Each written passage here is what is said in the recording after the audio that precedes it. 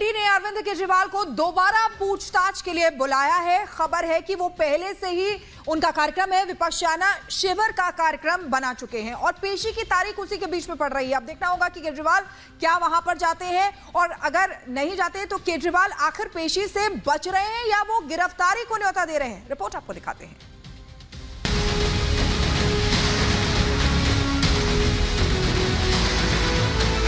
मैं भारतीय जनता पार्टी को ये बता दूं कि हम उनकी ईडी सीबीआई की धमकियों से डरने वाले नहीं। अगर जांच एजेंसी ने जांच के लिए बुलाया है तो अरविंद केजरीवाल को जांच में शामिल होना चाहिए। भारतीय जनता पार्टी में शामिल होने के लिए तैयार हो जाते हैं। आम आदमी पार्टी के नेताओं को भी क्लीन चिट मिल जाएगी।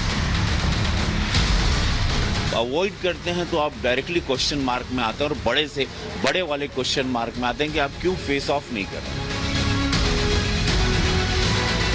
दिल्ली के मुख्यमंत्री अरविंद केजरीवाल को शराब घोटाले मामले में ईडी ने समन जारी किया। ईडी ने फिर से समन भेजकर दिल्ली के मुख्यमंत्री अरविंद केजरीवाल को पूछताछ के लिए 21 दिसंबर को पेश होने के लिए कहा, लेकिन अपने तय कार्यक्रमों के चलते अब ये साफ हो गया है कि आम आदमी पार्टी के नेता केजरीवाल पूछताछ के लिए प्रवर्तन निदेशालय के दफ्तर नहीं जा रहे हैं।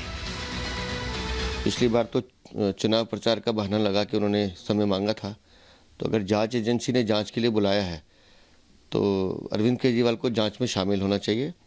और वैसे भी जब उन्होंने मुख्यमंत्री पद की शपथ ली थी तो उन्होंने कुछ बातें कही थी उस शपथ में कि मैं संविधान का और कानून का पालन करूंगा। ईडी ने अरविंद केजरीवाल को दोबारा पूछताछ के लिए बुलाया है। खबर है कि वो पहले से ही विपश्यना शिविर का कार्यक्रम बना चुके हैं और पेशी की तारीख उसी बीच पड़ रही है। केजरीवाल आखिर पेशी से बच रहे हैं या फिर वो गिरफ्तारी को न्योता दे रहे हैं। उनको फेस करना चाहिए। अगर आप कुछ किए नहीं है, यू मस्ट फेस। आपको जाना चाहिए, आपको अवॉइड नहीं करना चाहिए।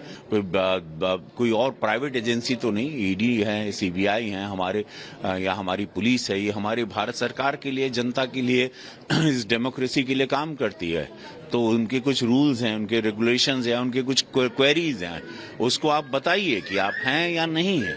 आप अवॉइड करते हैं तो आप डायरेक्टली क्वेश्चन मार्क में आते हैं और बड़े से बड़े वाले क्वेश्चन मार्क में आते हैं कि आप क्यों फेस ऑफ नहीं कर रहे। आम आदमी पार्टी के राज्यसभा सांसद राघव चड्ढा के ताजा बयान से साफ है कि अरविंद केजरीवाल ईडी के नोटिस को बिल्कुल भी तवज्जो नहीं दे रहे हैं। राघव चड्ढा के मुताबिक ये उनका पहले से तय कार्यक्रम है। वो वकीलों से सलाह करके ईडी को क्या जवाब देना है या नहीं, आगे की रणनीति तय करेंगे। सब लोग जानते हैं कि माननीय मुख्यमंत्री जी 19 तारीख से विपश्यना पे प्रस्थान करेंगे। वे रेगुलरली जाते हैं विपश्यना के लिए और ये उनका pre scheduled, pre announced plan है। वे वकीलों से सलाह कर क्या जवाब देना है, ईडी को जवाब देना है, नहीं देना, क्या करना है, आगे की रणनीति कानूनी जरूर तय करें। 5 राज्यों में हुए चुनाव खत्म भी हो गए हैं, नतीजे भी आ गए और आम आदमी पार्टी के हाथ कहीं कुछ भी नहीं लगा। जिस तरह से अरविंद केजरीवाल ने एक बार फिर पूछताछ के लिए ईडी के सामने पेश ना होने का फैसला किया, ऐसा लगता है दिल्ली शराब घोटाले की कानूनी जंग को अब वो पूरी तरीके से लड़ना चाहते हैं।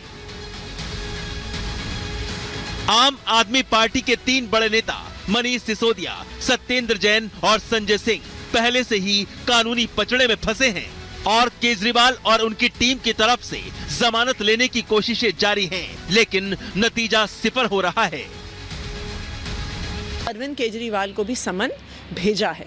ये बिल्कुल साफ है कि भारतीय जनता पार्टी इसे डराने धमकाने के तरीके से उपयोग करती है, लेकिन मैं भारतीय जनता पार्टी को ये बता दूं कि हम उनकी ईडी सीबीआई की धमकियों से डरने वाले नहीं हैं। अगर आज संजय सिंह जी, सत्येंद्र जैन जी और मनीष सिसोदिया जी भारतीय जनता पार्टी में शामिल होने के लिए तैयार हो जाते हैं तो जिस तरीके से छगन भुजबल और अजीत पवार को क्लीन चिट दी गई है, उसी तरीके से आम आदमी पार्टी के नेताओं को भी क्लीन चिट मिल जाएगी।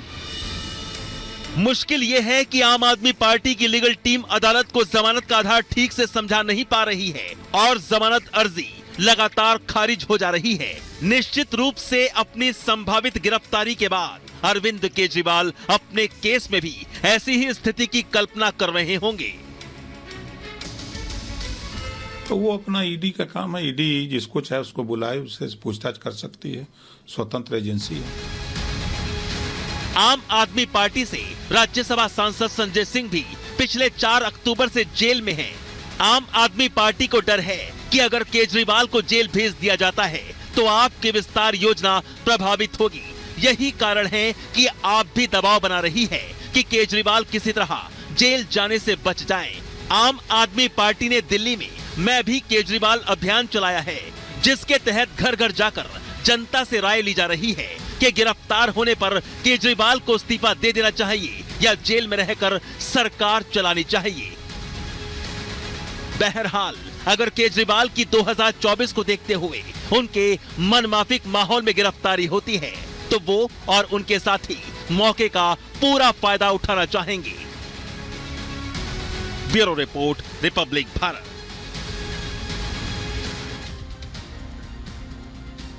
और 10 में है दम में फिलहाल इतना ही, लेकिन बाकी बड़ी खबरों के लिए बने रहिए रिपब्लिक भारत के साथ।